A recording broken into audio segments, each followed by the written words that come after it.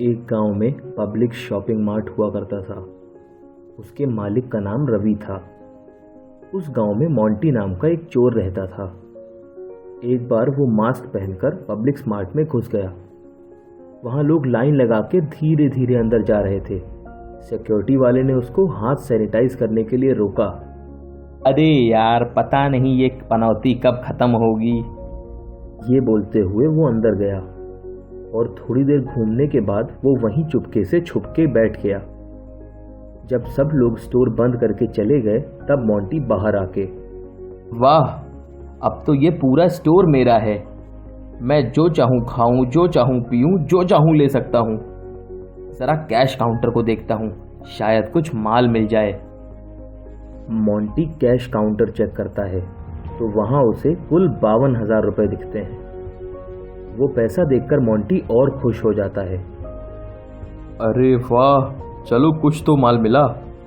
चलो आज की मेहनत सफल हो गई।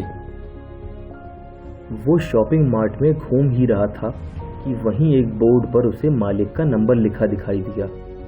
उसने रवि को कॉल मिला के, हेलो, पब्लिक शॉपिंग मार्ट के मालिक बोल रहे हो?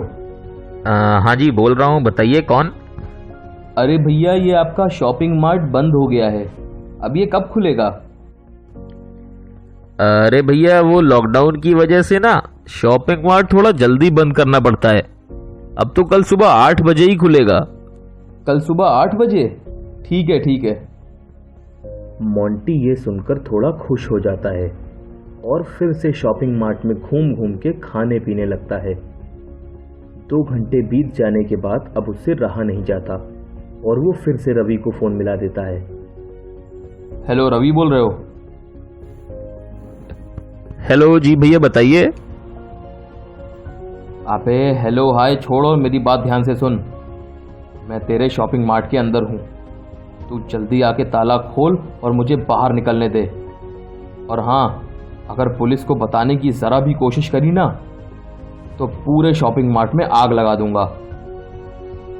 रवि जल्दी दौड़ते हुए वहां पहुंचता है और जैसे ही शॉपिंग मार्ट का शटर खोलता है तो उसकी आंखें फट जाती हैं। ए भगवान, मैं तो लुट गया, बर्बाद हो गया। तूने ये क्या कर दिया भगवान। वो ये सब सोच ही रहा था कि तभी उसको कोई जोर का धक्का मारता है। मोंटी उसको अंदर की ओर धक्का मारता है और फिर शटर गिरा के वहां से भाग जाता है। अगले दिन मोंटी दूसरा प्लान बनाता है और इस बार वो अंधा आदमी बनके हाथ में एक छड़ी लेके सड़क पे निकल जाता है। तभी वहां एक बच्चा आता है। आइए अंकल, मैं आपको सड़क पार करा देता हूँ। अरे अब इस बच्चे से मैं क्या लूटूंगा। नहीं नहीं बेटा, मुझे सड़क पार नहीं करनी है, तुम जाओ। अच्छा ठीक है अंकल, बाय। वो कुछ देर वहां रुकता है तो एक शर्ट पैंट पहने आदमी आके उसे बोलता है, आओ भैया, मैं पार करा देता हूँ सड़क आपको।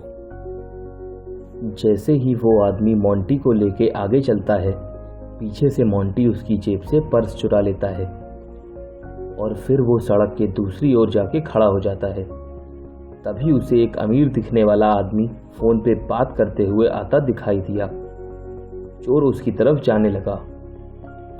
अरे भाई, कोई है क्या यहाँ? क्या कोई संधे को रास्ता दिखा देगा? सड़क के बीच में एक मेन होल खुला हुआ था। वो चोर मोंटी जानबूझकर उस मेन होल की तरफ चलने लगता है।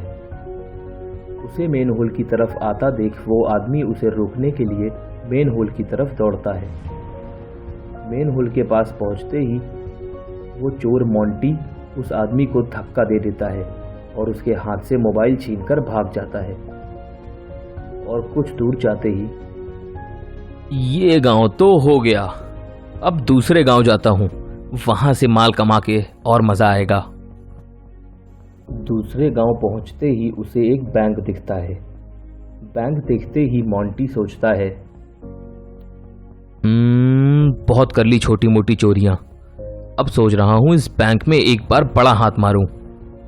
एक बार बड़ा माल हाथ लगा तो फिर कई सालों तक काम भी नहीं करना पड़ेगा, फिर तो मैं सेटल हो जाऊंगा। ये सोचकर मोंटी बैंक में घुस जाता है। वहाँ एक आदमी बहुत सारा पैसा विड्रॉ करके सूटकेस में रख के ले जा रहा होता है।